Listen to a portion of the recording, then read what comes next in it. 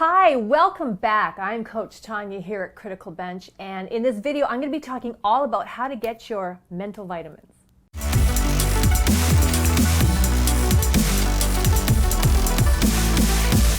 All right, so vitamins. We know that they're important. We know that they definitely have value as far as your nutrition and overall health and wellness. But how many of you have ever stopped and asked yourself or even thought about what vitamins you need for mental health? Okay, there's a lot, it's not new, but there seems to be a growing trend or definitely a greater presence, especially on social media, with this sort of embracing, creating more dialogue and conversation about mental health. And I think it's called Speak Out or Let's Talk.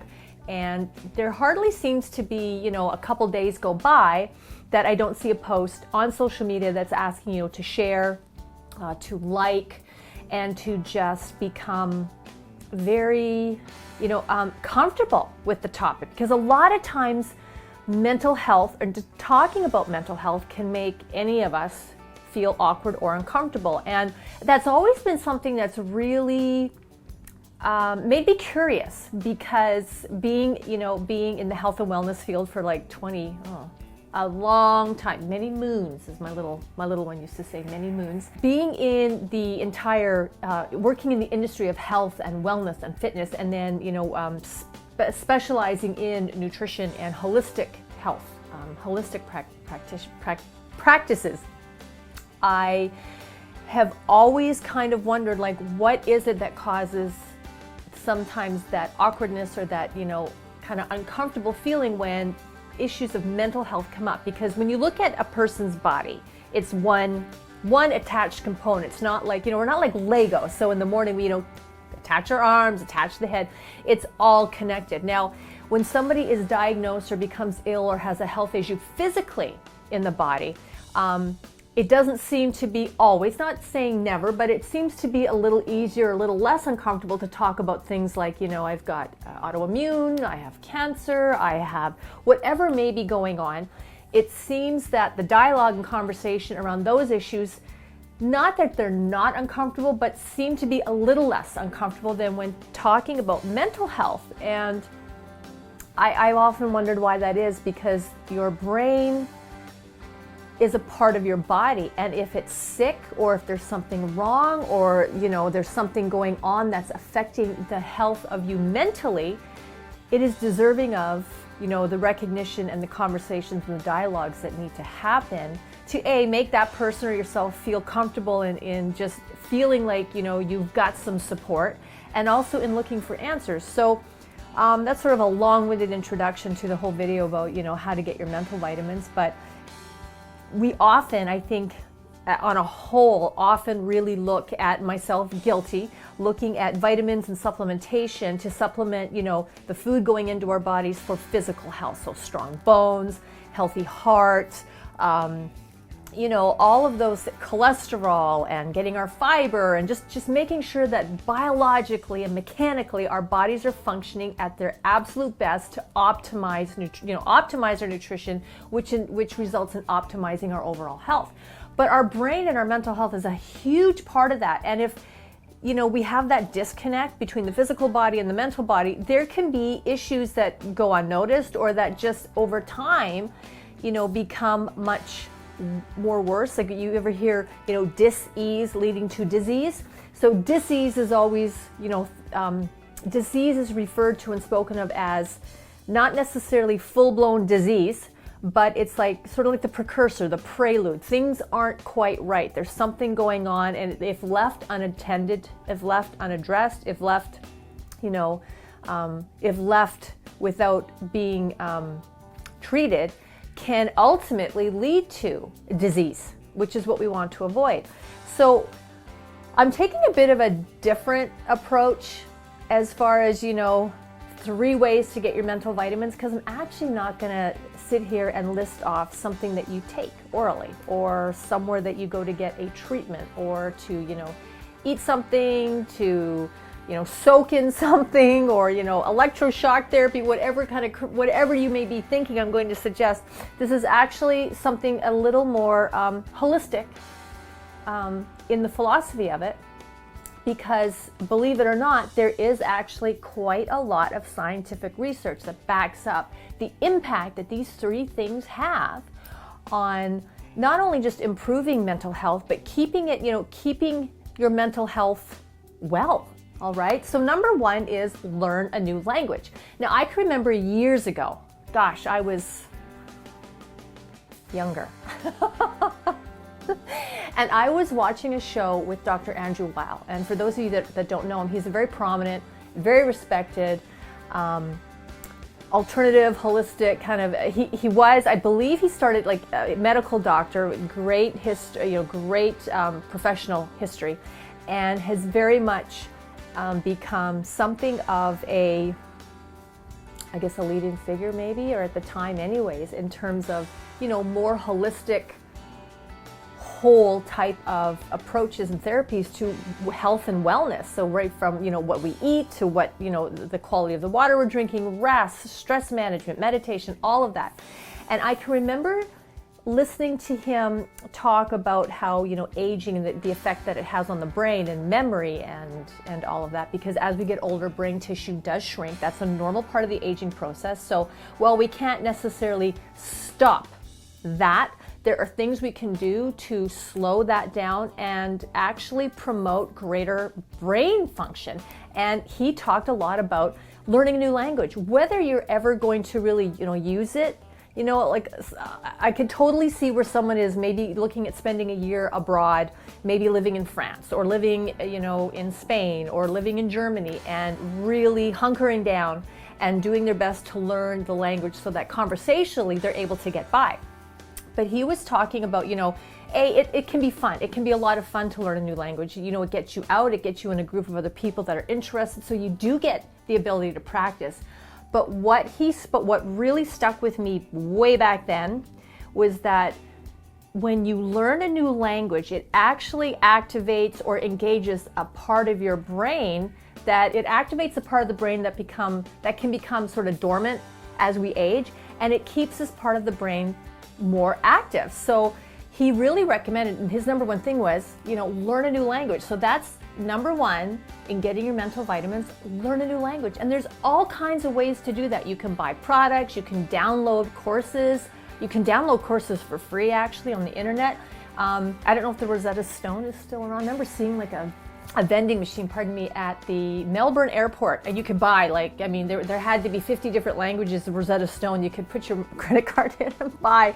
And probably your local community centers or your local colleges and stuff offer night classes or, something like that where you can go and learn another language. And a lot of it's offered in terms of learning it as conversation. So it's not like, if you, back in my day when we had to take French as a second language in school, you actually had to learn, you conjugating verbs. For those of you, I know I'm totally dating myself now. And being a Canadian, we had to take French. So it was fun, but it was also painful because it was very theory and technical. But I'm talking about getting out of the house and either going somewhere or finding a course and becoming involved in learning another language for fun and help keeping that brain function optimal, all right? Number two, just learning any new skill, something that you haven't done. Probably, a lot of us are very good at a lot of things, and there's a lot of things that we probably do where you go on autopilot. And you know what I mean by that? Maybe you've been someone who does crochet or knitting. Maybe you build canoes. Maybe you build robots. Maybe you're very good with woodwork, so you're quite a handyman at carpentry. And there's a lot of skills that we can acquire and develop over time that we get so good at. We almost sort of master them that we can just go into a shop or a room or wherever it is, sit down, whatever, get zoned in, and we're in the zone. And it's almost an autopilot where, an hour later you kind of pick your head up and you don't really have a specific recollection of the time that's passed and what you did, but you are aware that this is what you were doing, this is what you were working on, this is how much you've accomplished, this is what's left to do.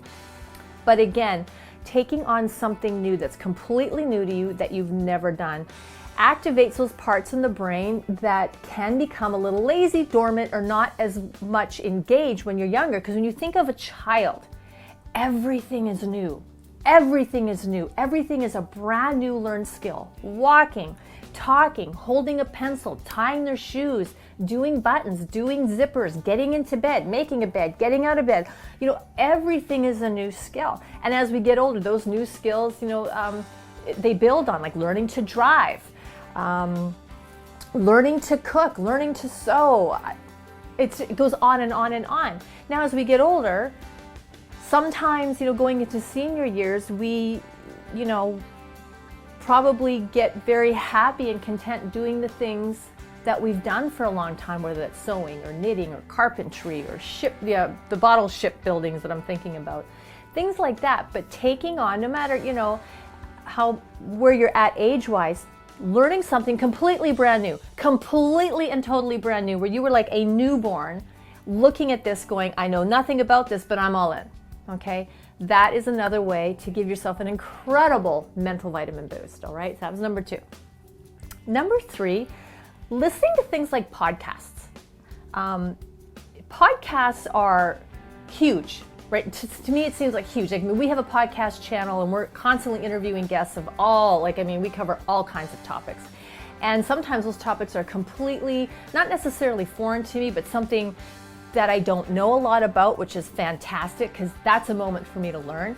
But I find myself now more and more listening to podcasts while I'm, you know, if I'm at my desk working, driving to and from work. It's a great way to sort of numb out the rush hour traffic if I'm sitting there.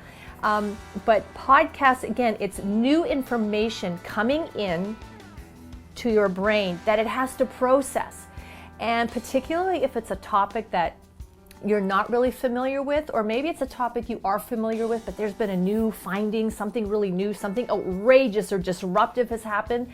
It's going to, you know, your brain is going to be like taking all that information in and processing it and weighing it, pros and cons, and, you know, there's going to be questions. And those are all things that activate the mind and they keep it functioning and going, because the worst thing that you can do for your mental health is, well, to not talk about it if you're concerned, you know, whether it's you're feeling depressed, you're finding yourself becoming very forgetful, or you just feel like something's, you know, physically your body, you know, your body's okay and you're feeling good, but just mentally you're just not. So talk about it. Talk to somebody about it.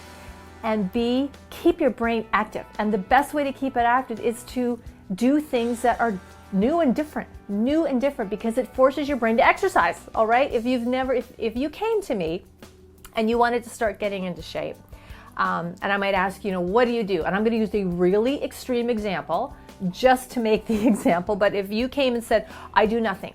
I work all day. I sit at a desk job. I drive half an hour to work. I drive a half an hour from work. My lunch breaks, I take in the lunch break room. So I sit, you know, really the only movement and walking physical activity I get is like getting up from my desk to maybe go to the washroom, go get a cup of coffee, walk out to my vehicle, walk into the office, go from my vehicle to my house, and then I watch TV all night. Really extreme example. I don't know anybody quite that sedentary, all right? But if that's what you told me, I would choose something very, very simple like walking. Okay, so, you know, starting today, Monday, Wednesday, Friday, I want you to walk for 20 minutes.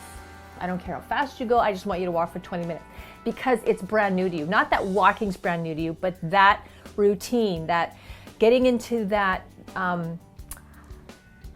regime, a schedule of doing that is new to you, and your body is going to respond. Your body is physically, it's going to respond to that, okay? Because it's not done it before, especially not consistently.